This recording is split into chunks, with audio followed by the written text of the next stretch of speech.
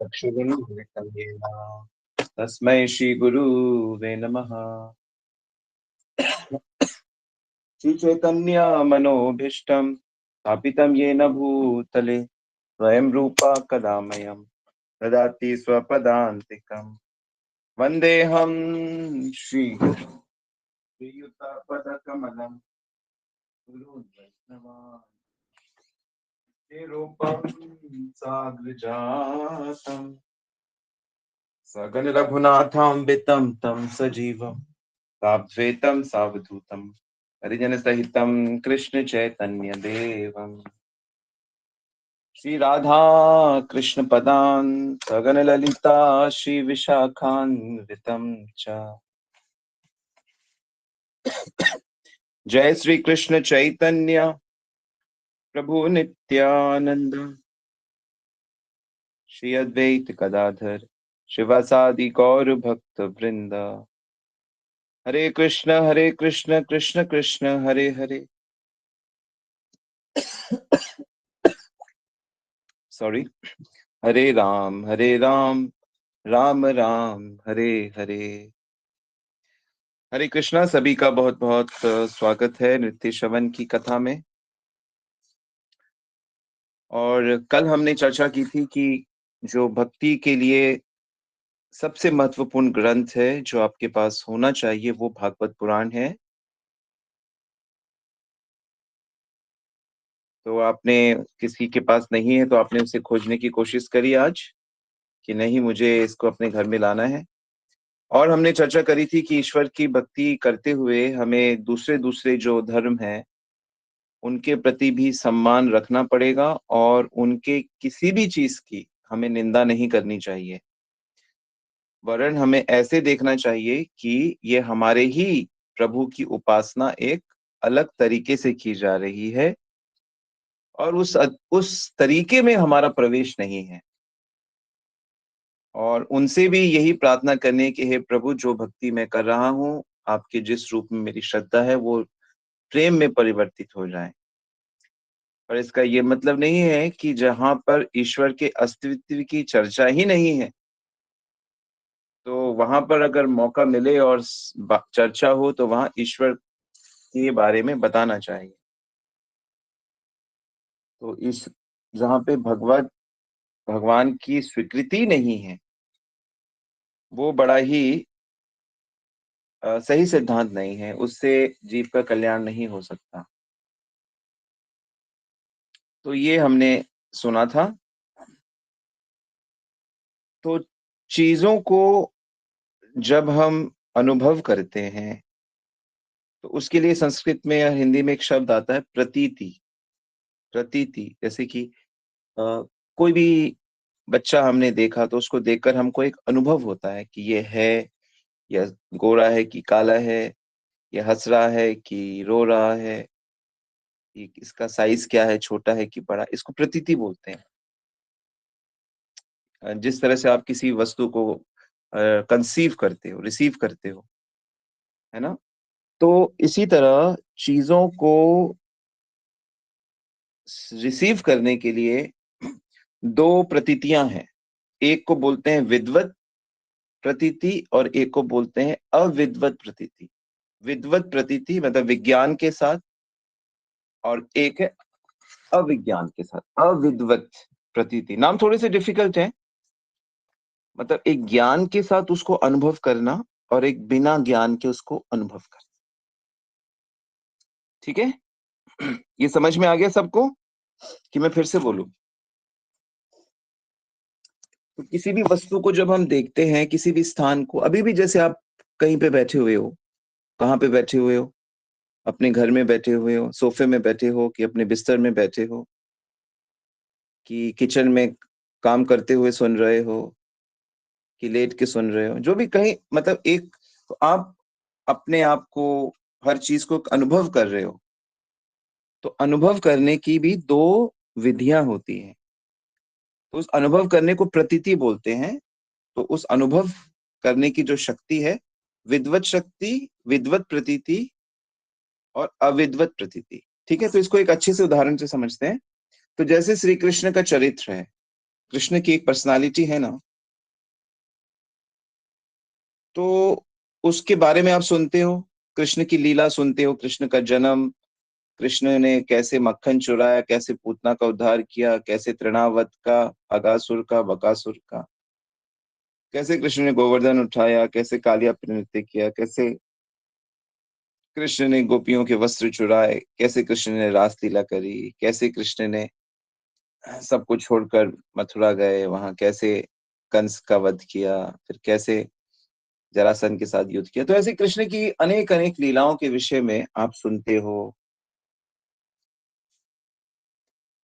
तो कृष्ण के बारे में लोग सुन रहे हैं, तो इसमें से या तो आप विद्वत प्रतीति से सुन सकते हो या अविद्वत प्रतीति से। जिस समय श्री कृष्ण प्रकट थे, कृष्ण बीच बीच में प्रकट होते रहते हैं। चैतन्य महाप्रभु के रूप में 500 साल पहले यहीं मायापुर में प्रकट हुए, यहाँ पे उन्होंने लीला करी। श्री कृष्ण रूप में वो प्रकट हुए गोकुल में, मथुरा में, वृंदावन में, द्वारिका में, मथुरा में। तो इस तरह उन्होंने लीला करी। तो बहुत से लोगों ने उनकी लीला देखी। हजारों लाखों लोगों ने कृष्ण के व्यक्तित्व को देखा। और कैसे देखा? इन्हीं आंखों से तो देखा जो आंखें हमारे पास है। उस समय भी जो लोग थे उनके पास भी तो वही आंखें थी, वही कान थे, इसी तरह के दृश्य वो भी देखते थे। सूरज, चंदा, जमीन, नदियां, पेड़ पौधे, स्त्री पुरुष, बच्चे, गाय बैल जानवर, सब तो जैसे हम देखते हैं वो भी वैसे ही देख रहे थे। वैसे ही इन्हीं आंखों से वो श्री कृष्ण को भी देख रहे थे।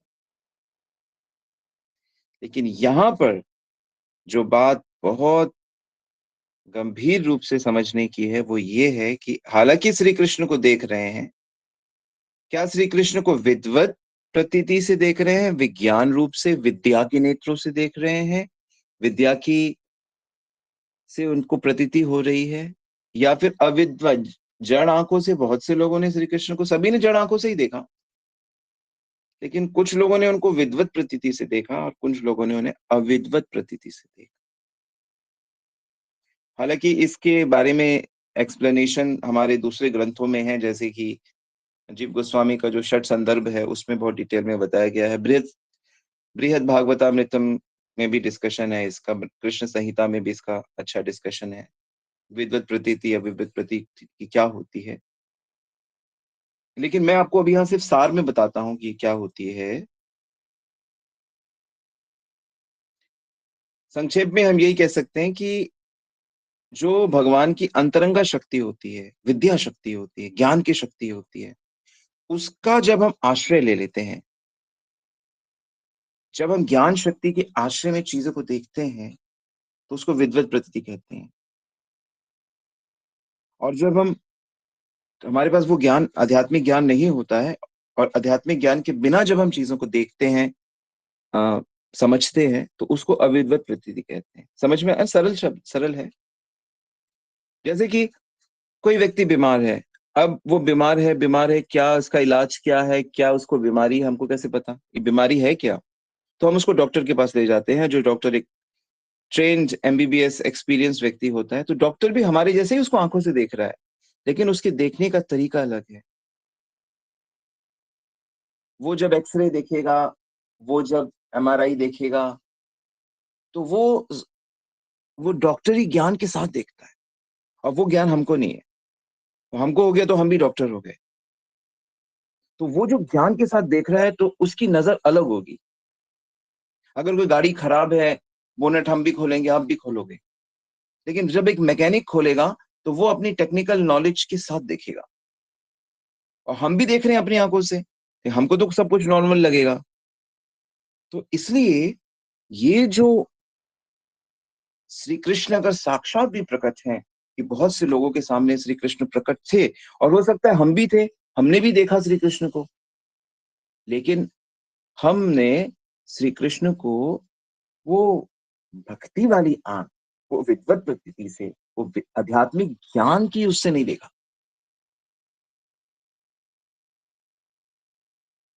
इसलिए अब आपको समझ में आ गया कि श्री कृष्ण साए सामने आ जाए तो भी कोई हमें फर्क नहीं पड़ेगा साथ खास, और श्री कृष्ण हमारे सामने नहीं है तो भी हमें फर्क नहीं पड़ेगा।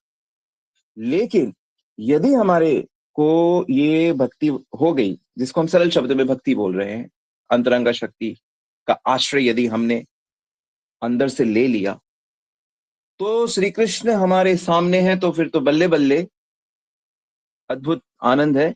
लेकिन अगर श्री कृष्ण सामने नहीं भी है तो भी हमारे बल्ले बल्ले है, तो भी हम दिव्य आनंद में रहेंगे, क्योंकि श्री कृष्ण को अनुभव आप कर लेंगे हर समय। तो जिनको श्री कृष्ण के बारे में, जो श्री कृष्ण के इस अविद्या में है, जिनको इस तरह की अंडरस्टैंडिंग नहीं है, वही लोग झगड़ते हैं कृष्ण को लेके, वही आरोप लगाते हैं, वही चर्चा करते रहते हैं इधर का उधर का। लेकिन जिन लोगों को ये आध्यात्मिक ज्ञान की प्राप्ति हो चुकी है, उनमें कोई भी डिफरेंस नहीं आता, कोई भी डिफरेंस नहीं है। भागवत में इसके विषय में बताया गया है। भागवत 1:3-37, इसमें भक्ति विनोद ठाकुर कह रहे हैं, नचस्य कश्चिन निपुणेन धातु रेवति जंतु कुमनीश उति नामानि रूपाणि मनो चोभि संतवतो नचर्यामिवज्ञा। कि जो मूर्ख व्यक्ति है, जो अज्ञानी है, वो भगवान के दिव्य स्वभाव, भगवान के दिव्य ज्ञान, भगवान का दिव्य नाम, भगवान की दिव्य क्रियाएं नहीं समझ सकता। ना ही वो अपने जितना भी चिंतन कर ले, वो भगवान को नहीं समझ सकता। उसे तो बस ये ड्रामा ही लगेगा, ये नाटक ही हो रहा है बस। क्यों? क्योंकि इसको वो चीज प्राप्त नहीं हुई है। लेकिन जो लोग सवेद धातु पदवीम परिस्या, 1338 भागवत पुराण, नोट कर लें। सवेद धातुम पदवीम परस्य दुरंत वीरस्य रथांग पाणे यो मायया संतानुवृत्या भजेत तत्पाद सरोज गंधम। क्या मतलब है? लेकिन जो शुद्ध भक्ति करते हैं, अनुकूल भाव से श्री कृष्ण के चरणों की भक्ति करते हैं, जिन्होंने अपने हाथ में वो चक्र, वो पहिया उठाए रखा है, जो समस्त ब्रह्मांड के सृष्टि करता है, उनका पूरा अद्भुत ऐश्वर्य ज्ञान सब कुछ है, वही उनको जान सकते हैं। यानी कि जिनकी श्री कृष्ण के प्रति अद्भुत भक्ति है, वही श्री कृष्ण को जान सकते हैं। तो यानी कि इतने से आपको ये तो समझ में आ गया कि अब किस चीज की जरूरत है। तो जो उस लेवल पे पहुंचना चाहते हैं, उस तरह की आंखें कान, उस तरह का मन, उस तरह के बुद्धि प्राप्त करना चाहते हैं, तो वो इस स्टेज को प्राप्त करने की कोशिश करेंगे। क्या होता है, थोड़ा सा हम इस पे डिस्कस करते हैं कि ये जो विद्वत प्रतीति है, ये क्या होती है, जिससे आप श्री कृष्ण हो प्रकट या ना हो प्रकट, तो भी आप उनको अनुभव कर लोगे। और कृष्ण प्रकट हैं तो आप उनको, उनके दिव्य व्यक्तित्व, दिव्य प्रेम का अनुभव कर लोगे। देखो ये कुछ कुछ ऐसा है, इसमें तो खैर आपको स्पेशल अंतरंगा शक्ति की, विद्या शक्ति की, राधा रानी की, इसको हम एक शब्द में राधा रानी कह देते हैं, राधा रानी की कृपा चाहिए।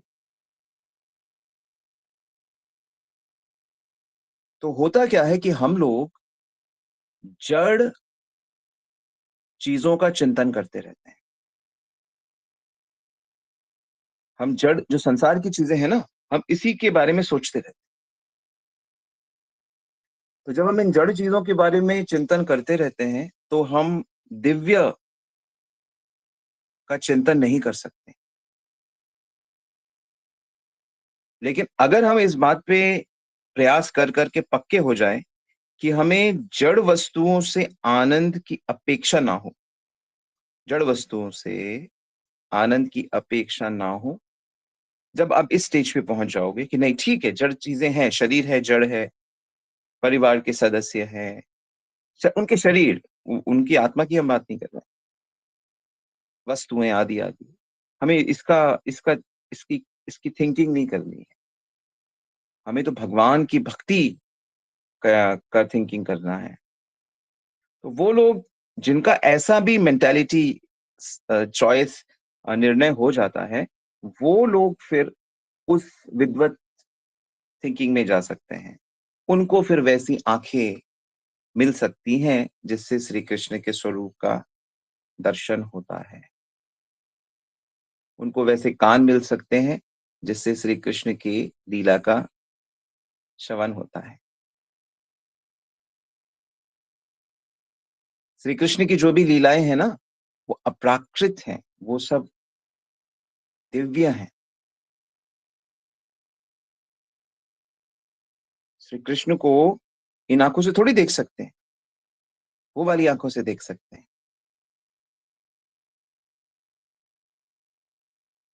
तो इसलिए श्री कृष्ण लीला में जब श्री कृष्ण साक्षात प्रकट होकर लीला भी कर रहे हैं, जिनका वो भक्ति लेवल नहीं है, या जिनको वो ये विद्वत प्रतीति नहीं है जिनकी, वो उसका दर्शन का फल भी नहीं प्राप्त कर सकते।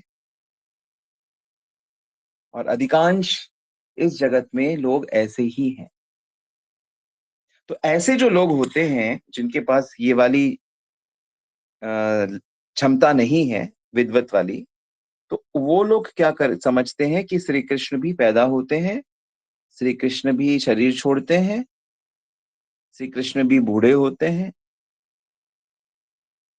तो परम सत्य क्या है, फिर उनको क्या समझ में आता है? निराकार। उनको जो श्री कृष्ण का स्वरूप है, वो उनको भगवान का स्वरूप, उनको ऐसे लोगों को माया का लगता है। तो श्री कृष्ण तत्व में इतनी विशेषता है, वो उस विशेषता को जान ही नहीं पाते। जैसे कि कोई कोई कोई व्यक्ति जो बहुत अरबपति खरबपति है, साधारण कपड़ों में खड़ा है, तो किसी को नहीं पता। कोई बहुत बड़ा वैज्ञानिक है, उसकी उसकी महात्म्य नहीं पता, तो उसको साधारण समझ लेते हैं। यानी कि जिसको भगवत दिव्यता का प्रयास करके उसने उसको वो चीज प्राप्त नहीं करी अपने भीतर, अपना लेवल उतना नहीं बढ़ाया, तो फिर वो निराकार की तरफ ही जाएगा। और भगवान क्या है, कैसे हैं, इसको आप लॉजिक से नहीं जान सकते कि भाई तर्क से। जैसे कुछ लोग बहुत बुद्धिमान होते हैं, वो वैज्ञानिक बन जाते हैं, गणितज्ञ बन जाते हैं, दार्शनिक बन जाते हैं, बहुत अच्छे कवि बन जाते हैं, बहुत अच्छे डायरेक्टर्स, राइटर्स बन जाते, बहुत बुद्धिमान होते हैं ना। लेकिन चाहे जितनी ही बुद्धि हो, बुद्धि से, तर्क से, दिव्य जगत का निर्णय, क्योंकि बुद्धि प्राकृतिक है, बुद्धि, मन, ये सब उसके आध्यात्मिक जगत से नीचे नीचे तक ही घूम सकती है।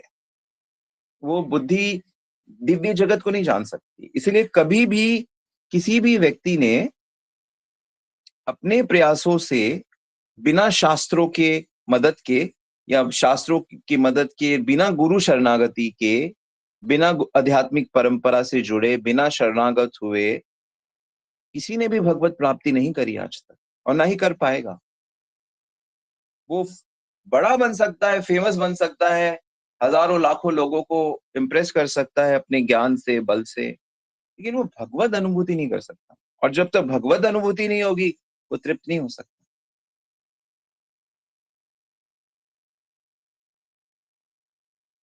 तो भगवान की जो समझ है, वो किसी भी युक्ति से, किसी भी लॉजिक से नहीं हो सकता। परम तत्व का ज्ञान नहीं। इसलिए बड़े बड़े दार्शनिक, बड़े बड़े कितने महान लोग हैं, ऐसा नहीं कि अमेरिका में या यूरोप में या अन्य अन्य देशों में जो सिद्धांत जो महापुरुषों ने बनाए हैं वो कम, उसमें बहुत कुछ है, उन सब का बड़ा अध्ययन किया जाता है यूनिवर्सिटीज में, लेकिन वो कृष्ण प्रेम की बात नहीं होती।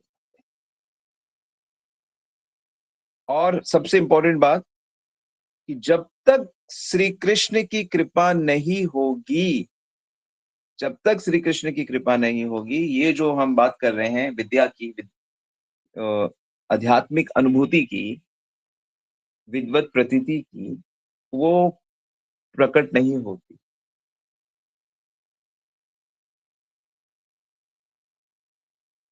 वो प्रकट नहीं होती क्योंकि वो कृष्ण की कृपा से ही विद्या शक्ति जीवों की मदद करती है। कृष्ण की कृपा से ही, बिना श्री कृष्ण की कृपा के कोई भी मनुष्य उनको नहीं जान सकता। तो ईश्वर के बारे में बहुत से लोगों को बहुत सा ज्ञान है, ऐसा नहीं कि ज्ञान नहीं है, लेकिन उनका उस परम ईश्वर के प्रति वैसा प्रेम संभव नहीं है जैसा कृष्ण स्वरूप में होता है। हालांकि कुरान शरीफ में भी अल्लाह के विषय में बहुत कुछ बताया गया है, पैगंबर साहब ने भी बहुत उनकी आराधना करी है, लेकिन उनका साक्षात्कार नहीं कर पाए, भगवान की व्यक्तित्व का दर्शन नहीं कर पाए। ईसाइयों में भी जो गॉड की जो समझ है, उसमें भी वो भगवान का साक्षात्कार, भगवान की पर्सनालिटी तक नहीं पहुंच पाते। यहां तक कि नारायण की पूजा करने वाले भी, नारायण की आराधना करने वाले भी नारायण के प्रति वैसा सहज प्रेम नहीं उत्पन्न कर पाते। केवल श्री कृष्ण ही, श्री कृष्ण रूप में ही दिव्य वृंदावन धाम में जो रहते हैं, सदा दिव्य वृंदावन में रहते हैं, उनसे वैसा प्रेम संबंध हो पाता है।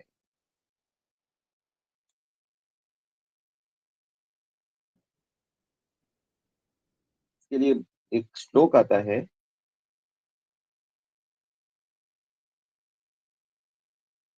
7:748 भागवत पुराण का। ये श्लोक कहता है कि चाहे धर्म हो,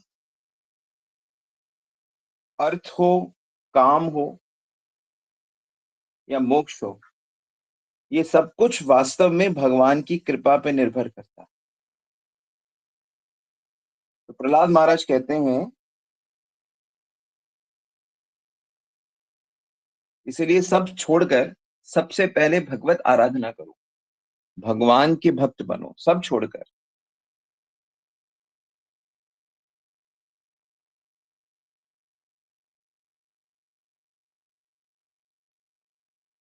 क्योंकि भगवान की कृपा के बिना किसी भी चीज में सफलता की प्राप्ति नहीं हो पाती है।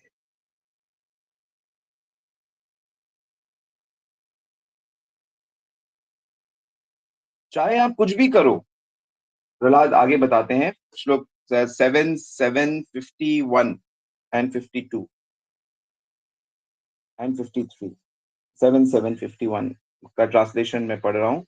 प्रहलाद महाराज कहते हैं, चाहे आप अपने काम में परफेक्ट बन जाओ, चाहे आप देवता बन जाओ, चाहे बहुत बड़े साधु बन जाओ, आप अपने व्यवहार में, आप अपने ज्ञान में, हर चीज में परफेक्ट बन जाओ, लेकिन इसमें से कुछ भी भगवान को आनंदित नहीं करेगा। चाहे आप कितना ही दान करो, चाहे आप कितनी ही तपस्या करो, कितना ही यज्ञ करो, कितनी ही शुद्धता करो, कितनी ही कस्में खाओ, व्रत करो, इससे भी आप भगवान को प्रसन्न नहीं कर पाओगे। भगवान केवल शुद्ध शुद्ध भक्ति से, सिंसियर भक्ति से प्रसन्न हो जाते हैं। भगवान को प्रसन्न करने के लिए केवल और केवल शुद्ध भक्ति ही की आवश्यकता है। इसलिए भक्ति को समझना ही होगा। अधिकांश लोग भक्ति को समझते नहीं है। भक्ति की परिभाषा तो हम लोग कई बार डिस्कस कर चुके हैं, मैं अभी एक बार फिर से रिपीट कर देता हूँ। अन्य अभिलाषिता शून्यम ज्ञान कर्मादि अनावृतम अनुकूल से कृष्णानुशीलनम भक्ति उत्तमा भक्ति समझ सिंधु। सरल शब्दों में, सरल शब्दों में भक्ति क्या होती है, लिख लो। आपके अंदर इच्छा है, इच्छा है, आप मनुष्य हो, चेतन तत्व, आपके अंदर इच्छा है। क्या इच्छा है आपके अंदर? क्या आप भगवान को प्रसन्न करना चाहते हो? भगवान को बस मजा आ जाए, भगवान सुखी हो जाए, ये जो भाव है इसको भक्ति कहते हैं, शुद्ध भक्ति कहते हैं। भगवान को बस आनंद आ जाए, भगवान को मजा आ जाए, सुखी हो जाए, वो प्रसन्न हो जाए। प्रसन्न होने के बाद मुझे सुखी करेंगे, ये भाव नहीं। ये भाव तो सकाम हो जाएगा, ये शुद्ध भक्ति नहीं रह जाएगी फिर, कि भाई प्रसन्न हो जाएंगे तो फिर मुझे सुखी करेंगे, तो इसलिए उनको प्रसन्न करते हैं।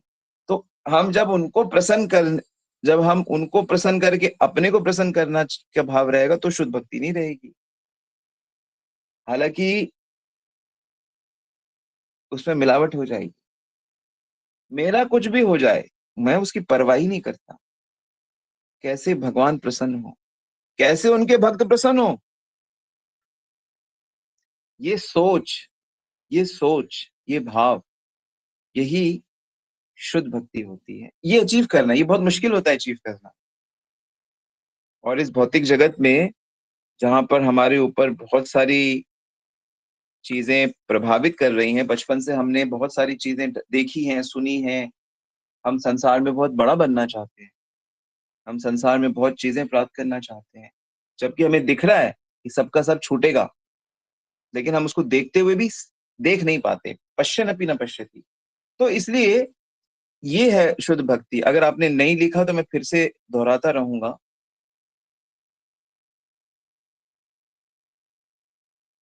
कृष्ण भगवान है, इसकी भी भावना, इसको भी परवाह नहीं करनी। एक समय आएगा जब आपको ये भी पता नहीं रहेगा कि कृष्ण भगवान है कि नहीं। जब कृष्ण से संबंध हो जाएगा उसके बाद आएगा ये भाव, अभी नहीं आएगा। अभी तो समझना पड़ेगा कि कृष्ण भगवान है, और जानबूझकर हमें श्री कृष्ण की भक्ति करनी है। जान बूझ कर, चाहते हुए नहीं चाहते हुए भी हमें नियमों का पालन करना है। जब तक कृष्ण संबंध स्थापित नहीं होता, कृष्ण की कृपा से होगा। भगवान कहते हैं बहुतों ने किया है और बहुत करेंगे भी आगे।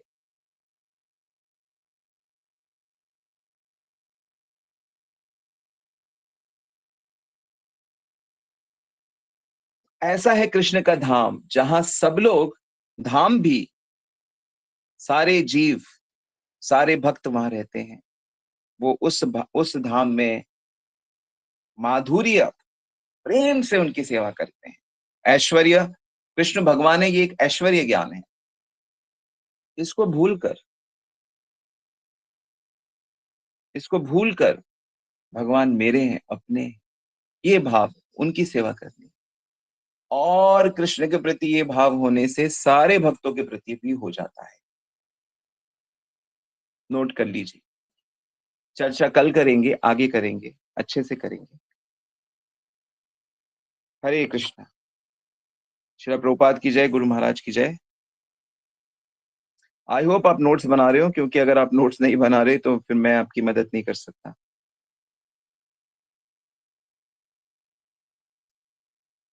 Any question?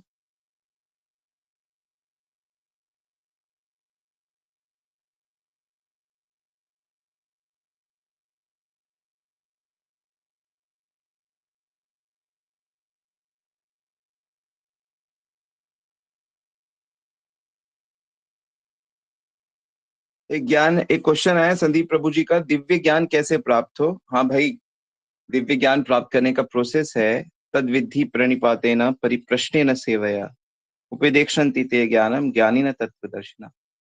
ऐसे व्यक्ति से जुड़ो, ऐसे गुरु से जुड़ो, उनके शरणागत हो, सेवा करो, विनम्रता से जिज्ञासा करो, वो जैसा बोले वैसा करो, धीरे धीरे ज्ञान हो जाएगा। भक्तों के बीच में रहो, संसार में रहोगे तो जो थोड़ा बहुत ज्ञान है वो भी चला जाएगा। सांसारिक चीजों में मन लगाने से, बुद्धि लगाने से जो थोड़ा बहुत आध्यात्मिक ज्ञान इधर उधर से आ भी रहा है वो भी चला जाएगा, लुट जाएगा। जैसे पैसे लुट जाते हैं, ऐसे ज्ञान भी लुटता है। तो इसलिए पहले एक टीचर को समर्पण हो, भक्तों के संग में रहो और धीरे धीरे अपने इस ज्ञान को बढ़ाओ। और ज्ञान की प्राप्ति कब होती है? परम ज्ञान की प्राप्ति होती है जब भगवान कृपा करते हैं। भगवान कृपा कब करते हैं? जब हम प्रोसेस को फॉलो करते हैं, भक्ति को फॉलो करते हैं, प्राप्ति हो जाती है। और सभी शक्तियां इसमें आपकी मदद करेंगी। धीरे धीरे होगा, होगा जरूर। All right.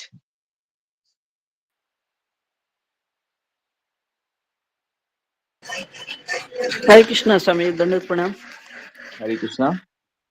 जी, आपने वो बोला कि जब हम जड़ चीजों का चिंतन करते हैं तो दिव्य चीजों का चिंतन नहीं कर सकते। यस। तो और जब हम जड़ चीजों से सुख नहीं लेना ऐसा सोच लेते हैं तो फिर तो इसके आप आगे नहीं लिख पाए। क्वालिफाई हो जाते हैं, तो आपके अंदर क्वालिफिकेशन आ रही है उस दिव्य ज्ञान को प्राप्त करने के लिए। उस क्षेत्र में आप अब बस आने ही वाले हो। जी ठीक है, हरे कृष्ण। भक्ति जो है वो अंदर का खेल है ना, अंदर अंदर आपकी चेतना, आपका जी जो भौतिक मन, भौतिक बुद्धि, भौतिक जो इंद्रियां, उसी को जब आप समझ के भगवान की तरफ टर्न कर देते हो, मुश्किल तो होती है, तकलीफ तो होती है, लेकिन टर्न कर देते हो तो धीरे धीरे भगवान की कृपा से फिर उसमें आनंद आने लगता है। और फिर वो भौतिक मन बुद्धि फिर आध्यात्मिक मन बुद्धि में कन्वर्ट हो जाते हैं। तो आप दिव्य ज्ञान में स्थित हो गए, फिर नीचे नहीं गिर सकते। होगा भगवान की कृपा से, इसको याद रखो। हरे कृष्ण।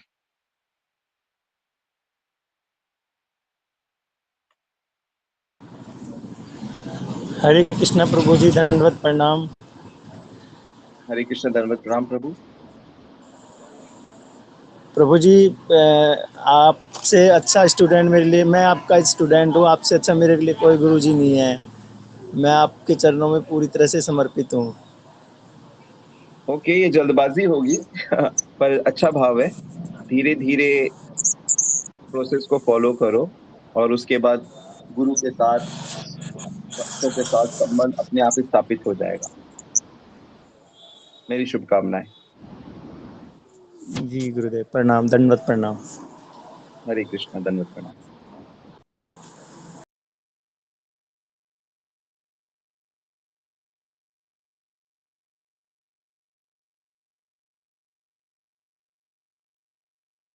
ऑल राइट, तो हम लोग आज यहीं रुकेंगे। कल फिर और बहुत अमेजिंग चर्चा करेंगे। आशा कर रहा हूँ कि ये थोड़ा सा टेक्निकल वर्ड्स हैं लेकिन आप लोग इसे रिलिश कर रहे हो। हरे कृष्णा। श्रील प्रभुपाद की जय, गुरु महाराज की जय, गौर प्रेमानंदी। हरि।